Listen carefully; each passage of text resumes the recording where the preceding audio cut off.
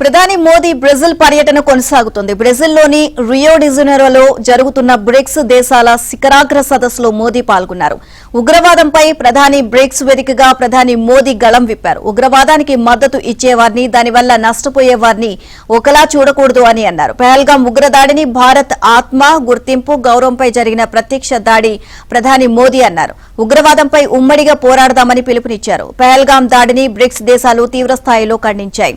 ఉగ్రవాదాన్ని ఎంత మాత్రం సహించకూడదు అని, ఉగ్ర రక్కసిపై పోరాటంలో రెండు నాల్కల ధోరణిని విడిచిపెట్టాలని పిలుపునిచ్చారు.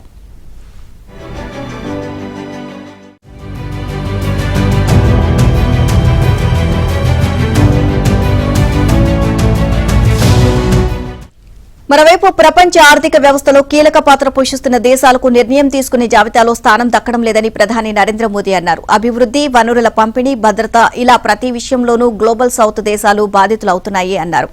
పర్యావరణ పరిరక్షణ, సాంకేతికత, అభివృద్ది తదితర అంశాలపై ప్రపంచ సంస్థల నుంచి గ్లోబల్ సౌత్ దేశాలకు కనీస సహకారం ఉండడం లేదు అన్నారు.